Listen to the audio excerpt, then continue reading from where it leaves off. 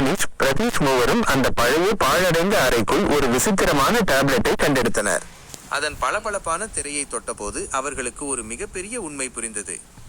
பகுதி 1, சக்தியின் அறிமுகம். பிரபா அந்த டேப்லெட்டை கையில் எடுத்து ஆச்சரியத்துடன் பார்த்தான். பிரபா, டேய், இது சும்மா சாதாரணமான டேப்லெட் இல்லடா. இதுல நாம எதை வரைஞ்சாலும் அது நிஜமா வருது. ஆனா 1 மணி நேரம்தான் இருக்கும். மூவரும் 1 நிமிடம் மிரண்டு போனார்கள். மோனிஷ் புத்திசாலித்தனமாக யோசித்து எச்சரித்தான். மோனிஷ், அப்போ நாம இதை கொண்டு ஒரு பெரிய விஷயத்தை சாதிக்கலாம். ஆனா கவனமா இருக்கணும். நாம வரைகிறது தப்பா போயிட்டா ஆபத்து. ஆனால் பிரதீஷ் உற்சாகமாக ஒரு அதிரடி ஐடியா சொன்னான். பிரதீஷ், நாம ஏன் ஒரு மாயாஜால கதவை மேஜிக் டோர் வரையக்கூடாது? அதை திறந்து பார்த்தா நாம நினைக்கிற இடத்துக்கு போக முடியுமான்னு செக் பண்ணலாம். பகுதி 2, நீல நிற கதவு. அவர்கள் மூவரும் சேர்ந்து அந்த டேப்லெட்டில் ஒரு பளபளக்கும் நீல நிற கதவை வரைந்தார்கள். வரைந்து முடித்ததும் அந்த அறையின் பாழடைந்த சுவரில் ஒரு நிஜமான பிரம்மாண்டமான கதவு உருவானது. மூவரும் தயக்கத்துடன் மெதுவாக அந்த கதவை திறந்தார்கள். அங்கே ஒரு பெரிய அதிர்ச்சி காத்திருந்தது. அவர்கள் ஊருக்கு பதிலாக அங்கே ஒரு எதிர்கால நகரம், ஃபியூச்சர் சிட்டி தெரிந்தது.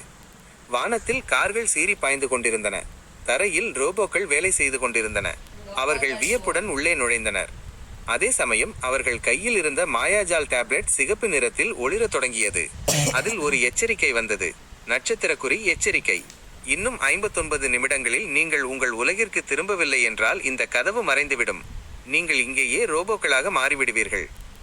பகுதி 3, வருணின் சவால் மற்றும் டிஜிட்டல் அரசன். அவர்கள் வந்த கதவு மெல்ல மங்கத் தொடங்கியது. அதே சமயம் ஒரு பெரிய செக்யூரிட்டி ரோபோ அவர்களை பிடிக்க ஓடி வந்தது. பிரபா உடனே டேப்லெட்டில் ஒரு அதிநவீன ரிமோட் கண்ட்ரோலை வரைந்தான். நிஜமாக மாறிய அந்த ரிமோட்டை வைத்து மோனிஷ் அந்த ரோபோவை செயலிழக்க செய்தான். பின்னர் அந்த ரோபோவின் மேலேயே ஏறி அமர்ந்து இந்த உலகின் மெயின் சர்வர் நோக்கி சென்றனர். அங்கே மெயின் சர்வர் அறையில் வருண் என்ற மற்றொரு சிறுவனை சந்தித்தனர். அவனிடமும் ஒரு டேப்லெட் இருந்தது. வருண், நான் 50 வருஷமா இங்கே தனியா இருக்கேன். என் டேப்லெட் பவர் குறைஞ்சிக்கிட்டே வருது. எனக்கு உங்க டேப்லெட் வேணும். அப்பதான் நான் இங்கே நிம்மதியா வாழ முடியும். இல்லனா நீங்க உங்க காலத்துக்கு திரும்ப முடியாது. வருண் தன் எனர்ஜி கத்தியை ஓங்கிக் கொண்டு மிரட்டினான். பிரபா கத்தினான், டேய், இவன் அதிகாரத்தால இந்த உலகத்தை பயமுறுத்துறான்.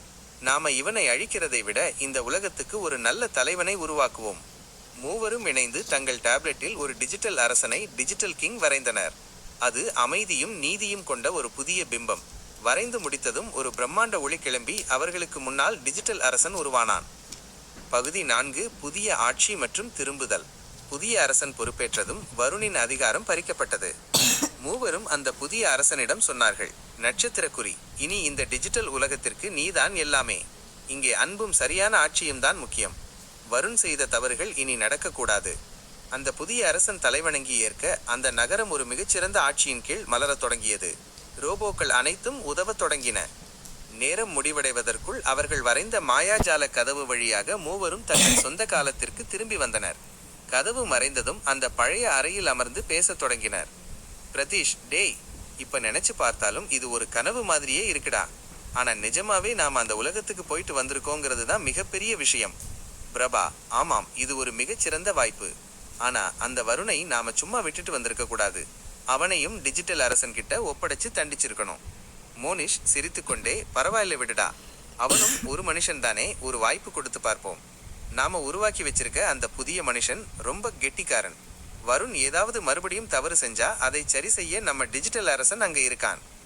டேப்லெட் இப்போது இருண்டு கிடந்தாலும் அந்த 1 மணி நேரம் அவர்களுக்குள் ஒரு தீராத சுவாரஸ்யத்தையும் எதையும் சாதிக்கலாம் என்ற நம்பிக்கையையும் விதைத்து சென்றது. முற்று பெற்றது மைனஸ். ஆரம்பம் முதல் முடிவு வரை முழு கதையாக இப்போது இருக்கிறது.